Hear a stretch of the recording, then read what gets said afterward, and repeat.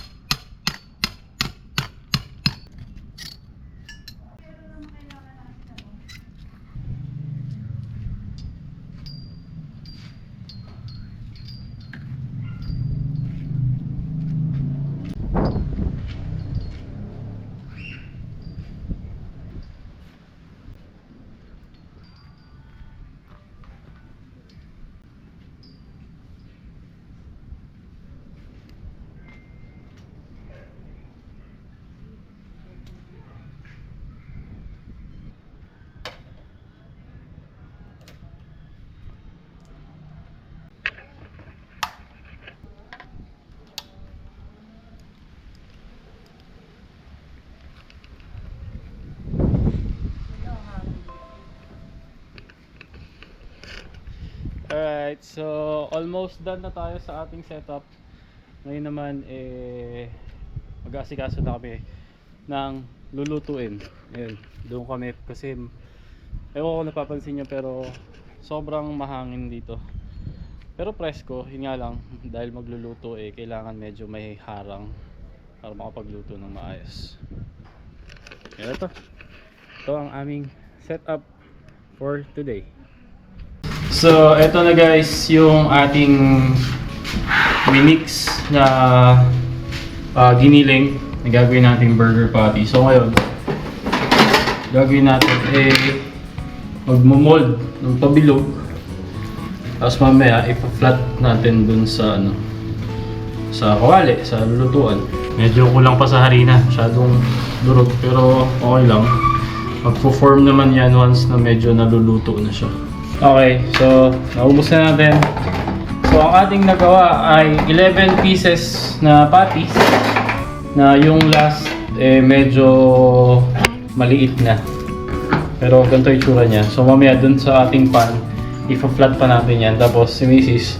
naghihiwa ng white onion na mamaya ipiprito din natin. Tapos hanggang mag-caramelize siya hanggang mag-golden brown. So yung recipe pala natin, ito kalahating kilong ground beef. Tapos nilagyan namin ng sibuyas, bawang, Worcester sauce, asin, paminta, at kung ano-anong iba pang mga spices. Bango niya guys.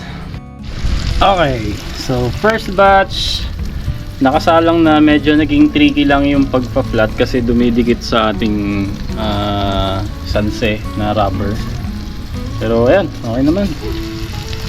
Hindi natin kalalabasan mamaya pero ewan ko ang pakabango, promise.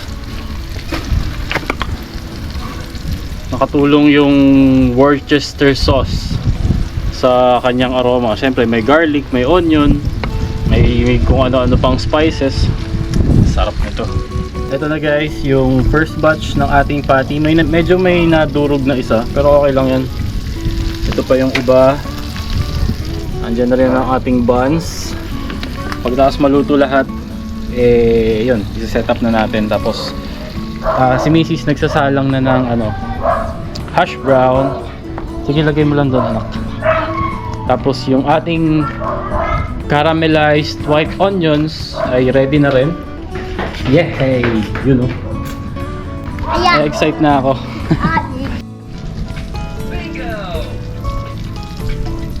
So okay na guys ang ating burger patties. Next naman ay ang ating burger buns. Drain lang tayo ng konting mantika. Pero magtitira tayo ng konting-konti lang. Tapos hinaan ng apoy para hindi masunog ang tinapay. Yun Masunog na pay. OMG. Paano yung OMG, Papa? Para ma-absorb niya yung mga mantika ng patty. Pampadagdag lasa. Toast lang natin ng konti. Tapos lagyan natin yung ating mga goodies. Tulad nitong onions, white onions. Pero sa amin lang yung may onions, sa mga bata wala.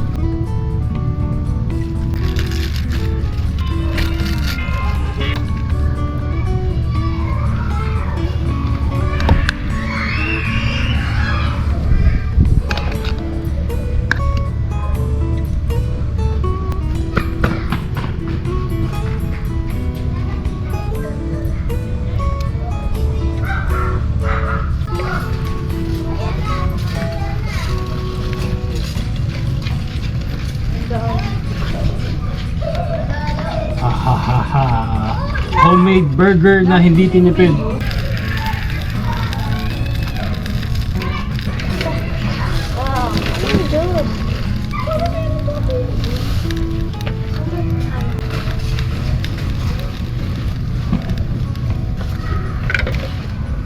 May win pa. Mga 2 minutes. Oras na para sa the perfect bite.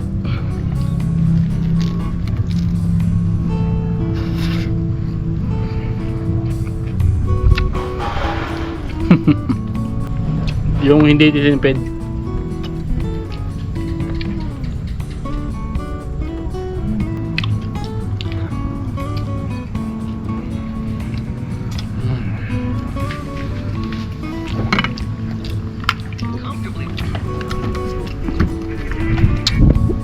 Hash brown.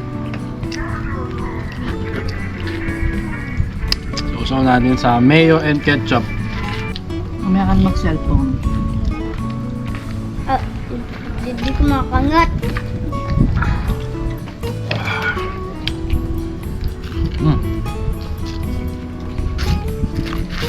Perfect combination. Ulit.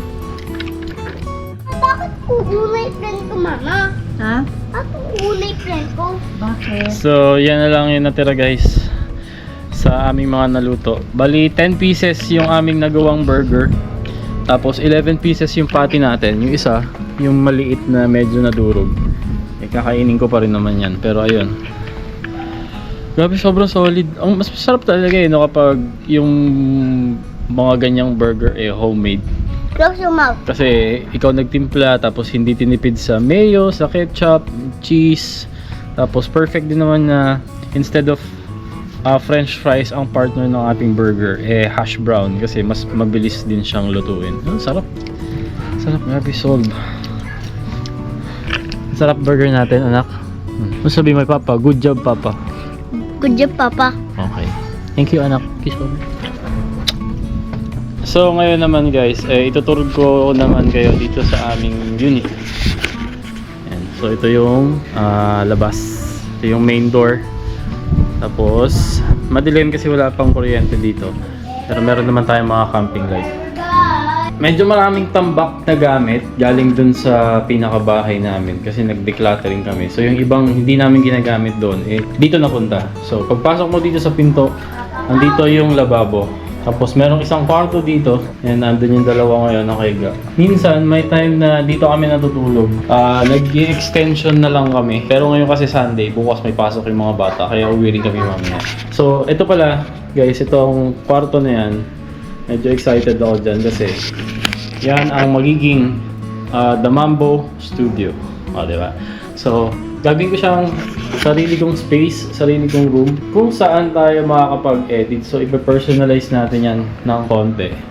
Na gagawin siyang hindi kwarto dahil hindi naman tulugan So, studio. Ganun. Kita sa taas. Medyo makipot yung hagdan. Tapos, pagdating dito, andito yung CR natin. Ayan. Wala pa rin tubig dito guys. Pero ayan yung CR. Maganda naman. Tapos, ito yung isang kwarto. Kita yung baba kasi napakalapad ng bintana. Tapos, dito sa side na to, yung pinestohan natin. Ayan. Ito naman yung kabilang kwarto. Mas maliit to kumpara dun sa isa. Kita naman dito yung sasakyan. Yung ating garahe. Ayan. Kung kailan kami lilipat, malabo pa sa ngayon kasi kailangan muna namin siyang ipagawa. Kasi kita niyo naman, raw talaga siya. Ayaw naman namin lipatan na sobrang raw hanggat maaari. Kahit yung mga basic lang na kailangan sa isang bahay, katulad ng mga cabinets, mga ganun. So, ayun ang aming maliit na unit dito sa Lancaster na dito kami nag-stay kapag weekend. Hindi naman pero halos almost every weekend kasi nga presko, mahangin, mas tahimik. Yun, tsaka kita niyo naman yung setup namin sa labas.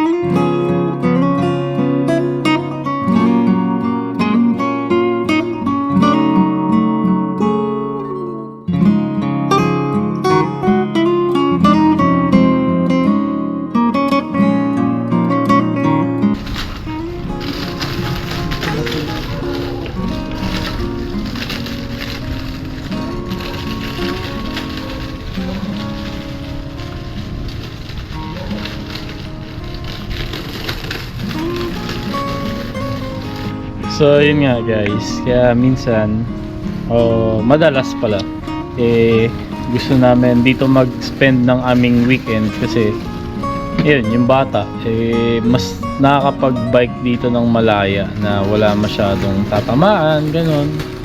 Hindi katulad dun sa current subdivision kasi namin ngayon. Marami talagang mga mga sasakyan. Hindi katulad dito, mas maluwag ang space niya. Nakita mo kahit magpabalik-balik lang siya. Minsan kapag pag may bantay siya, ayun, maabot siya dun. Paikot-ikot. Di mas natutuwa siya, tsaka mas nasusulit niya yung bike niya. Kaya ayun, mas okay kami dito. Isa din sa reason na mag-move in na rin kami dito. Move in, move out. Move in, move out doon. Move in dito. Pero ayun nga, medyo matatagal din pa rin talaga kasi marami pa rin talaga kaming kailangan gawin bago kami makalipat dito na maayos at komportable naman. Kasi katulad niyan, wala pa kaming bubong dito. Siyempre pag umulan, medyo mahirapan din kami. Expose yung aming front door. Alam mo yun, yung mga ganun bagay. Pero ayun, tuwan-tuwa yung bata. Naharurot niya yung bike niya. Laspag na laspag. Second hand lang naman yan. Kaya yung manibela nga, lagi tumatabing Paano grabe rin makapagpaspas ng bike niya.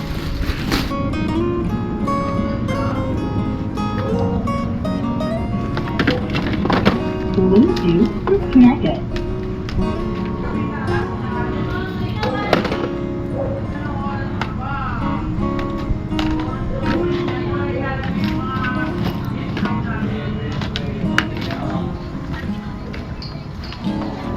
Pakitaan. But, kasi ba't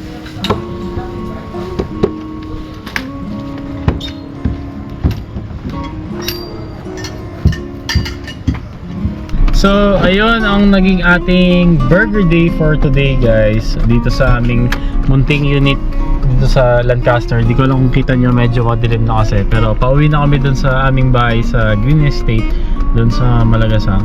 So, salamat sa panonood. So, kita-kits ulit tayo sa next content. Drive safe, ride safe. Peace!